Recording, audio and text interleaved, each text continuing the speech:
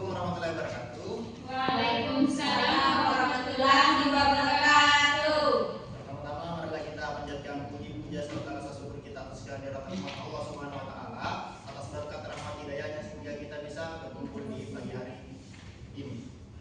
Dan tak lupa pula kita kirimkan salam serta salawat atas kehadiran junjungan kita dan Muhammad sallallahu alaihi wasallam.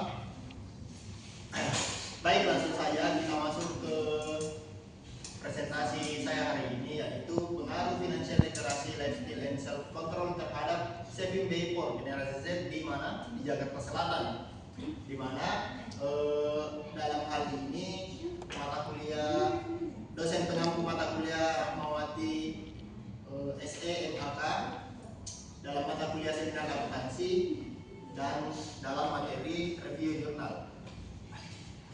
Selanjutnya dalam jurnal ini peneliti pertama dalam jurnal ini Anindya Tri Bonawati sebagai penulis pertama, yaitu program studi manajemen, dan ditemani oleh dua penulisnya, yaitu Ummu Salma Al-Azizah dan Fauzan Amar, di mana jurnal ini diterbitkan pada tanggal 28 Agustus 2023 dan direview oleh dosennya atau pengampu dalam jurnal tersebut pada tanggal 17 dan disetujui pada tanggal 31 Januari 2024, yaitu awal tahun kemarin.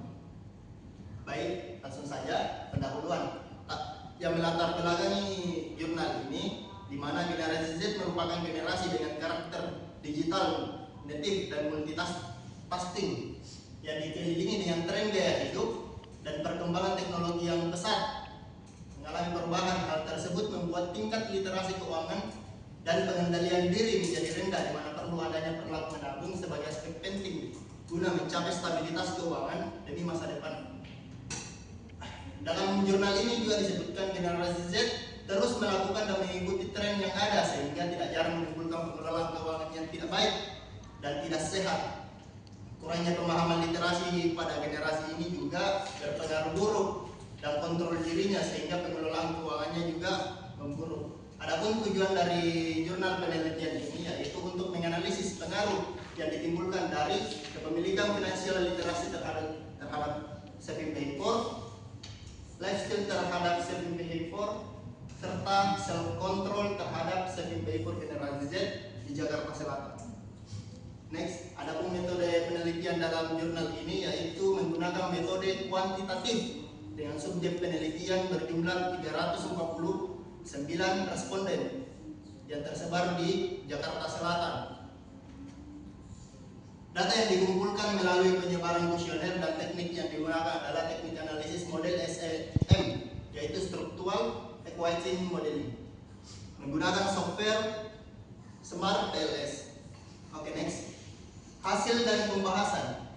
Dari hasil penelitian yang dilakukan oleh Bonawati, terdapat hasil penelitian yang membuktikan bahwasanya finansial literasi itu berpengaruh positif dan signifikan terhadap saving behavior, sedangkan faktor-faktor lain seperti lifestyle dan gaya hidup itu tidak memiliki pengaruh yang signifikan terhadap saving behavior generasi Z di Jakarta Selatan. Nah, kesimpulan dari jurnal penelitian ini, di mana penelitian ini menggunakan financial literasi atau literasi keuangan, lifestyle atau gaya hidup, serta self control atau pengendalian diri sebagai variabel yang ingin diuji terkait hubungan langsung pada saving behavior atau perilaku menabung pada generasi Z di Jakarta Selatan. Hasil penelitian ini juga menunjukkan bahwasanya finansial literasi itu berpengaruh positif dan signifikan terhadap saving behavior. Oke, next. Nah, adapun kelebihan dan kekurangan dalam jurnal penelitian ini, di mana kelebihannya itu penelitian menggunakan sampel yang sangat banyak, di mana terdapat 359 orang generasi Z. Penelitian ini juga menggunakan metode deskriptif dengan pendekatan kuantitatif, sehingga hasil yang didapatkan itu dapat dipercaya. Penelitian ini juga mengungkapkan bahwasanya literasi keuangan memiliki pengaruh positif terhadap perilaku menabung.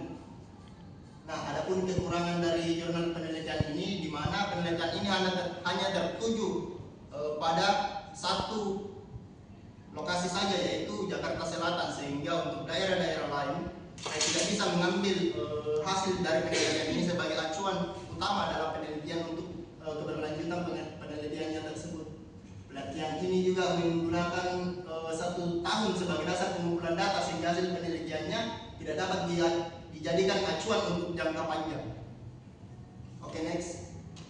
Nah, adapun saran terkait jurnal penelitian ini, di mana penelitian ini dapat dilanjutkan dengan menggunakan sampel yang lebih luas, melibatkan variabel kontrol untuk mengetahui pengaruh dari variabel lain. Penelitian ini dapat dilakukan di wilayah lain untuk mengetahui perbedaan hasil dari penelitian ini. Penelitian ini dapat dilakukan menggunakan jangka panjang sebagai pengumpulan data untuk mengetahui perubahan dari hasil penelitian. Penelitian ini dapat dilakukan dengan menggunakan analisis yang lebih dalam seperti analisis regresif atau analisis korelasi, sehingga hasil yang didapatkan itu bisa lebih relevan dan diterima di banyak kalangan. Oke, mungkin itu saja presentasi hari ini. Saya bersama Pak Tanjung pamit undur diri.